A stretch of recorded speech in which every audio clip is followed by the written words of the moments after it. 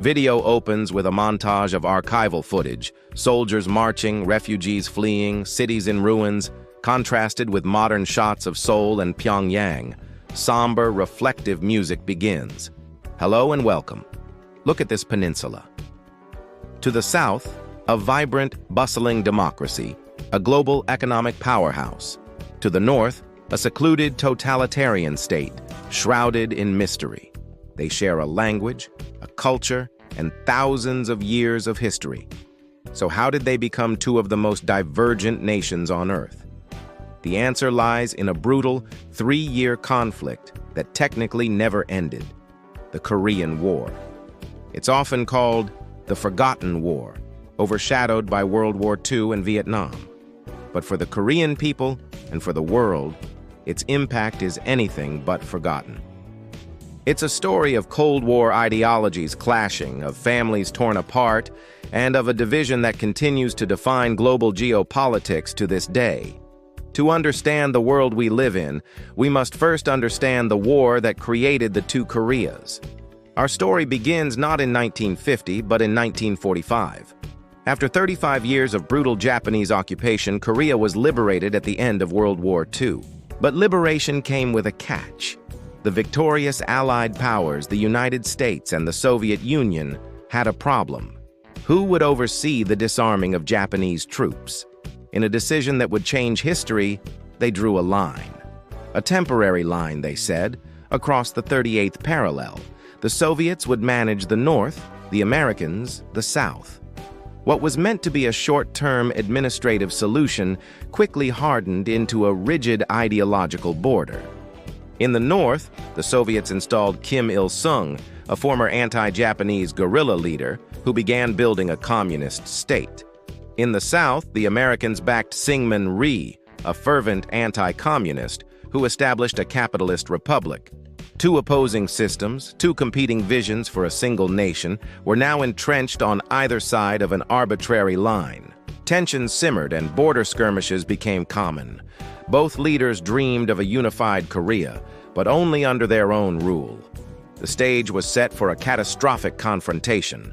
On the misty morning of June 25, 1950, that confrontation exploded. Backed by Soviet tanks and artillery, some 75,000 North Korean soldiers stormed across the 38th parallel. The South Korean army, ill-equipped and caught by surprise, collapsed. The invasion was swift and devastating. Within 3 days, the capital, Seoul, had fallen. The world watched in horror. Was this the first move in a global communist takeover? The United Nations, led by the United States, responded immediately. President Truman, fearing a domino effect across Asia, authorized the use of American forces. Troops from 16 countries would eventually join the UN coalition to defend South Korea. What began as a civil war had escalated into an international crisis, the first major armed conflict of the Cold War. UN forces, primarily American, rushed to the peninsula, but were pushed back. They were cornered into a small pocket of land in the southeast, around the port city of Pusan. It was a desperate, last-ditch defense. For weeks, they held on, fighting for every inch of ground. It seemed like the entire peninsula was lost.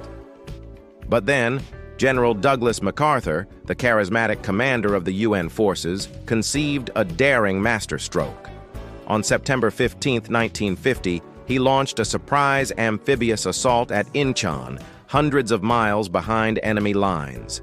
The gamble was enormous, but it paid off spectacularly. The North Korean supply lines were cut, and their army was trapped.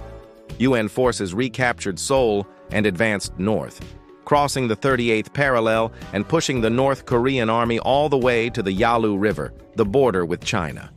For a fleeting moment, it seemed like victory and reunification were within grasp. But another global power was watching with growing alarm. China's new leader, Mao Zedong, saw the American army on his border as a direct threat. He issued a stern warning, which was largely ignored. In late October 1950, the unthinkable happened. Hundreds of thousands of Chinese volunteer soldiers poured across the Yalu River, launching a massive counteroffensive. The UN forces, overstretched and unprepared for the sheer human wave of the Chinese attack, were sent into a chaotic, brutal retreat. The war had entered a terrifying new phase.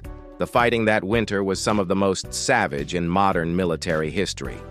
Soldiers battled not only the enemy but also frostbite and starvation in the unforgiving Korean mountains. The front line seesawed back and forth. Seoul, the capital, changed hands 4 times, leaving it a smoldering ruin. The dream of a quick victory was gone, replaced by a grueling, bloody stalemate. For the next 2 years, the war devolved into trench warfare, reminiscent of World War I, with brutal battles fought for small, meaningless hills. By 1953, all sides were exhausted. An armistice, a ceasefire, was finally signed on July 27th. But it was not a peace treaty. It simply stopped the fighting. The new border was established at the Demilitarized Zone, or DMZ, a heavily fortified strip of land roughly following the old 38th parallel. The war was over, but the conflict was not. The human cost was staggering. An estimated 3 million Koreans, mostly civilians, lost their lives. Millions more became refugees. The entire peninsula was left in rubble, and an estimated 10 million family members were separated by the new border, many never to see their loved ones again.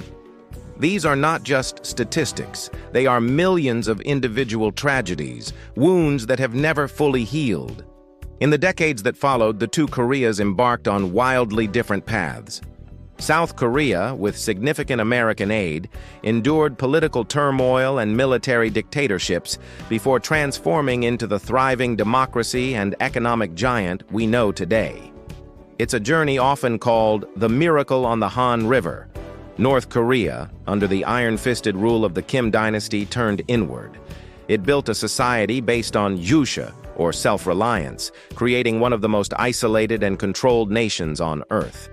While its people suffered from famine and poverty, the regime poured its resources into building a massive military and a nuclear weapons program, becoming a constant source of regional instability. Today, the DMZ remains the most heavily militarized border in the world. It is a stark physical reminder of the division. The war's legacy is everywhere. It dictates South Korea's mandatory military service, shapes its alliance with the United States, and fuels the North's paranoia and aggression.